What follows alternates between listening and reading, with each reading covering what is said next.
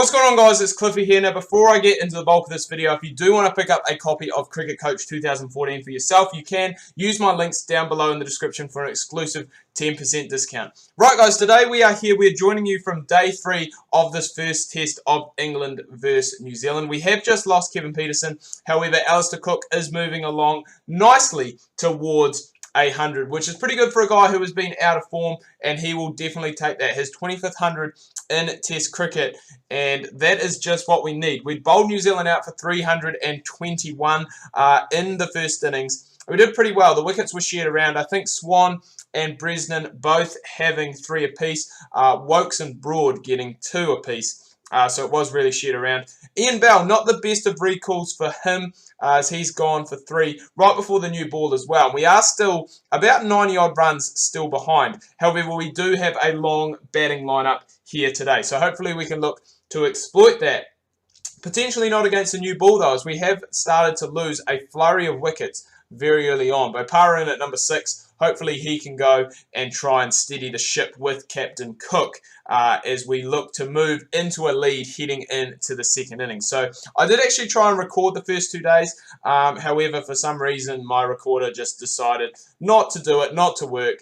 And that is a real pain, to be honest, because it was some gripping action that was in there. We've got James Taylor in now, batting at number 7, which is quite low, I guess, for him. But Bopara and Bairstow, better batsmen at this stage of their career than young James Taylor. So we're looking to go and build him in.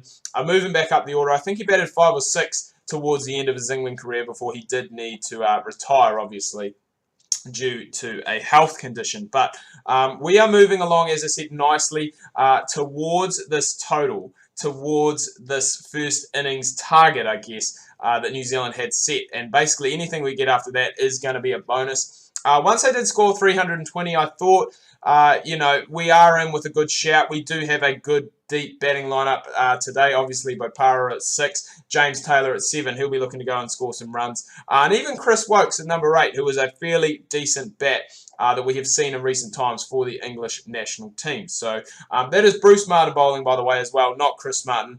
Bruce Martin was our first choice spinner, I believe, for a few tests after Dan Vittori retired or before he stopped playing test cricket. And I believe now he is actually without a domestic side. I don't think he's got a domestic team that he plays for. He used to play for Auckland, I think played for Northern Districts for a while as well. But since then has not come back in. For some reason, players just really are struggling as they're getting towards milestones here today. Bopara gone for 81, bowled by Williamson, and in comes Chris Wokes on debut. But the damage already has been done by the Bopara and Taylor partnership. They've gone and got us a lead. It is now up over 50. And we'll just be looking to go and I guess probably bat through these two. You know, maybe Graham Swan because he is decent with the willow, and just go and try and get really as many runs as we can. Just try and get, I guess, the pitch to break up a little bit more and make it easier for us. Wokes gone for 16. Not really the most memorable debut for him. And you talk about deep batting lineups, and that is what we have here today. We've obviously got Broad and Bresnan both to come in. Not sure why Bresnan is actually below Broad, but Bresnan with an average of 81, test high score of 91, so he is fairly decent. He's got some first-class hundreds on him as well. And obviously Stuart Broad hit that 100, I think 150-odd in one of those games. I think it was against Pakistan, possibly, in a test. But I think after this, we are potentially going to look at declaring after we lose this wicket, because we do have a good lead already. And I want to make sure that we don't run out of time as we're heading in close to day 4. But we are doing an absolute number on it at the moment. Would be nice if James Taylor could manage to go and pick up that 100. So that's what we're going to continue. I'm going to keep going and just look to try and get that 100 with him. He's 15 runs, 10 runs, I should say, sorry, at the end of play left to get. So hopefully he doesn't do what the others have done and just choke as we're getting towards this milestone. So he's gone for 91, but as I said, the damage has been done. England a lead of 148 runs, and that is the perfect start that we wanted. Stuart Broad getting Fulton for a duck, and New Zealand already on the back foot behind the 8 ball. And hopefully we can get a few more wickets before they get close to bringing that deficit down to a, I was going to say a single-digit margin, but that's not the case. That's the second drop of the game for Bairstow could become costly as well. He dropped Taylor in the first innings, who went on to make 100. That was when he was close to 100, actually, so it didn't... Well, I mean, it did make a difference. It did allow him not to get that 100. And that is the difference, I think, between the New Zealand and the English in this game so far, is that when our players have been approaching a century stand, that the players have gone, the fielders have gone and backed up the bowlers. They've taken those chances when they are on offer. So the lead is slowly going down.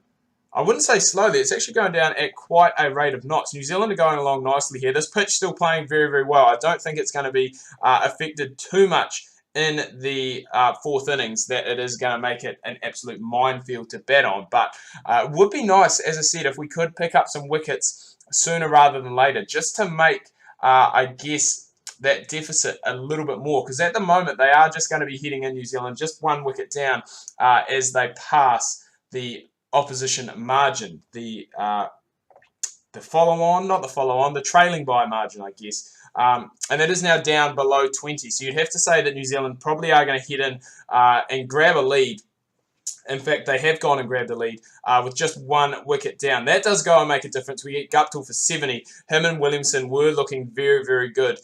So hopefully we can go and pick up Williamson. Taylor in good form. He did pick up 100 in the first innings, so we'll be looking to go and try and get rid of him sooner rather than later. And something I did talk about in the video, the earlier one that I was recording, is that with this side that we do have, obviously we bat very deep, but I feel as though we are lacking a bowler. And James Anderson isn't playing this game. He's out for 2 weeks due to, I believe, a twisted knee. So he is unable to play, probably in this test and the next one, which is, you know, it is a concern. It leaves us without another strike bowler. We only really have, I guess, Broad and Bresnan. Bopara is just a bits and pieces bowler. He's just a part-time kind of guy. Swanee not really doing his bit. He should really be tying players down and trying, I guess, just to move on and just be economical more than anything. And that's something that he hasn't done today. It's something Chris Wokes hasn't done today either, which it makes it difficult, especially when those guys are coming back in. And New Zealand doing a hell of a lot better than they were in the first innings. And it's looking as though they are going to put on a big, big total here. And it is going to be a big chase in the fourth, possibly going to be heading for a draw, but we will have to wait and see. There could be a calamitous collapse for the New Zealanders. Remember, they are only 85 runs ahead, so if we could manage to go and pick up these two, get on through the tail quite quickly and be ending up, you know, only needing about 150, 200 heading into the last day, then we are going to be in with a real chance of going and picking up something. But I don't think we will have time for that fifth day's play. We have since gone and picked up Brownlee. That's Broad's second for the game, so hopefully that can lead to a little bit of a collapse, you know, fingers crossed. But Taylor carrying on his good form. He's got about 170 runs in the innings today. Well, sorry, in the game today, I should say, not in the innings. And continues to move on quite nicely. Still 120 runs ahead, New Zealand, and looking as though they are going to move along quite nicely, as I said, towards a comfortable lead heading into day 5. But saying that, all it does take is a few wickets here. The new ball is due in about 10 overs, and then we can go and try and run through this New Zealand batting lineup if possible. But we probably aren't going to have time for that. I'm going to look at wrapping things up very, very shortly. We may get through a few overs with the new ball, but that will probably be it. And that's a huge wicket from Wokes to pick up McCullum just before the new ball is due. New Zealand just 168 runs ahead, so that does leave us with, you know, with the new ball due, that does leave us a huge opportunity. As we said, if we can go and get through Taylor, it gives us a massive opportunity to go and try and pick up a innings, well, not an innings victory, sorry, but allow us to pick up a victory in this test match. But as I said, I'm going to wrap things up here. Do hope you've enjoyed this video. If you have, please remember to leave a like. If you are new, please do subscribe. Make sure you check out my Facebook and Twitter links. That can be found down below in the description. Make sure you tune in tomorrow. We've got more Don Bradman cricket coming your guys' way with my career reborn. Make sure